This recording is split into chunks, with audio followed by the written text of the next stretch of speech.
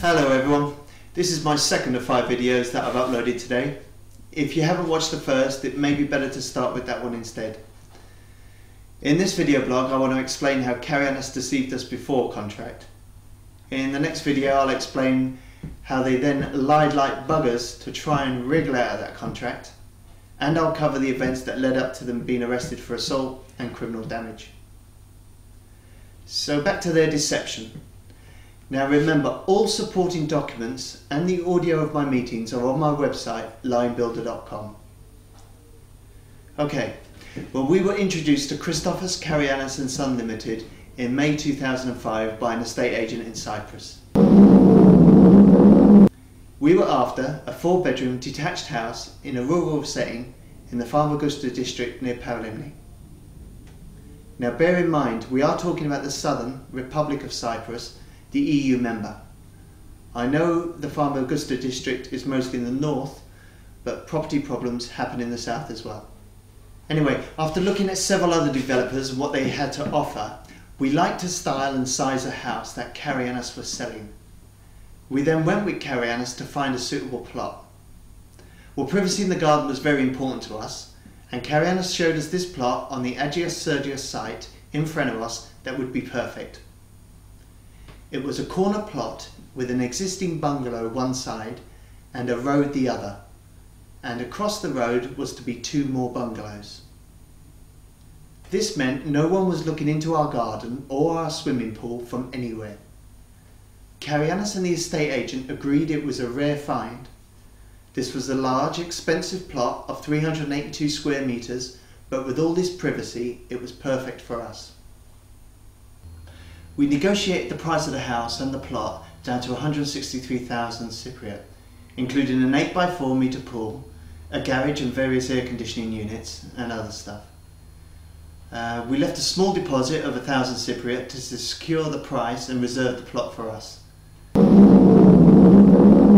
We returned to the UK and smoothed out timings of selling our house in Surrey, worked out employment issues and schools, etc. A month later, in June 2005, I returned to Cyprus to check out Karayiannas, their build quality, the site plan, and to propose some interior changes. I also on that trip found an independent lawyer they had never dealt with before to draw up the contract between us.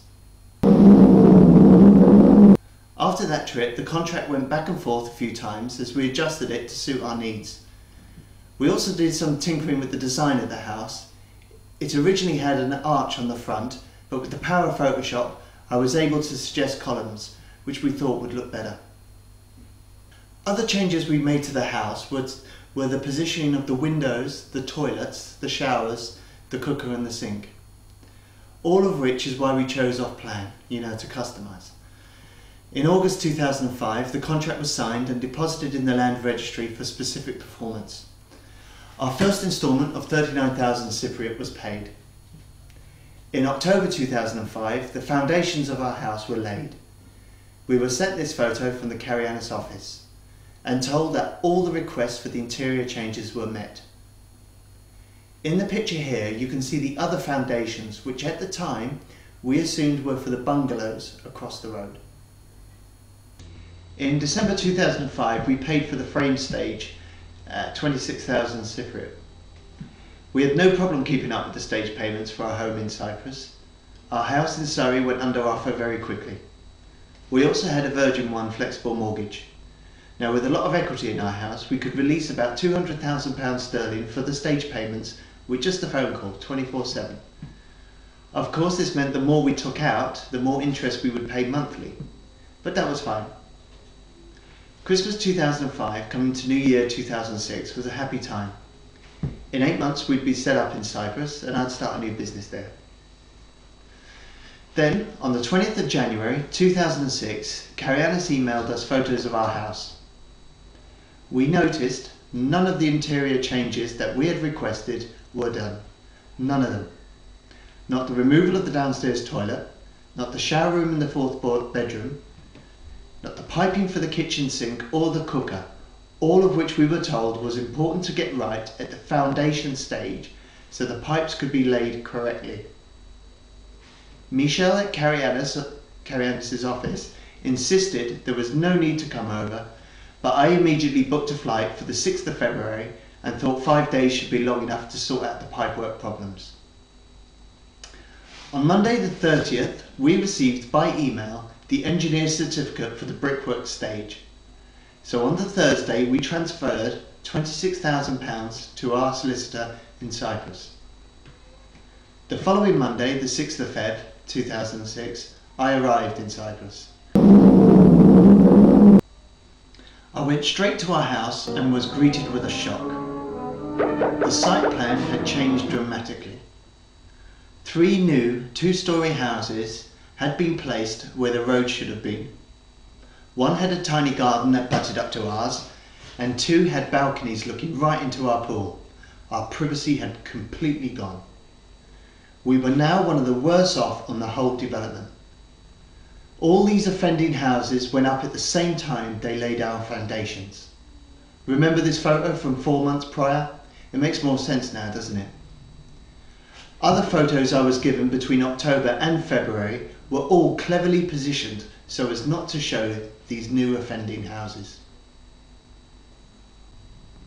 I went to the office the next day to see Marius, but he wouldn't see me till Thursday, which was nice of him seeing as he knew I was leaving on the Friday. Remember, I thought I was only going over to deal with the problems they had caused with the pipework. Michel at the office presented me with the new site plan.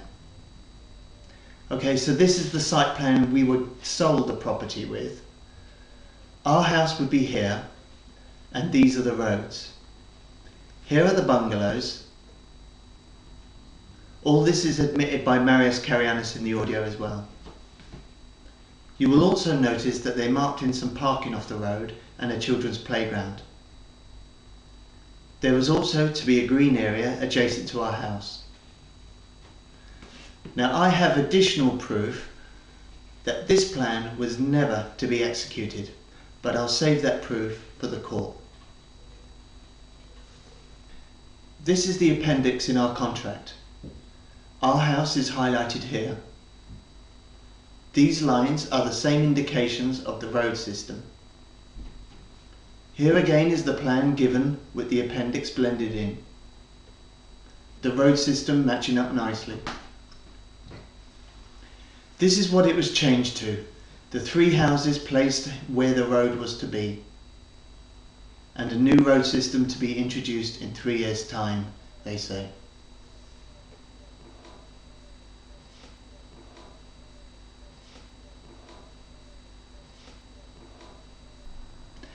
In my next video blog, I'll explain what happened when I met Marius on that Thursday, how he offered us extra land or even to give us our money back, how I had to chase him through February for a response, and what led up to him and his father being arrested. So I'll see you in the next video.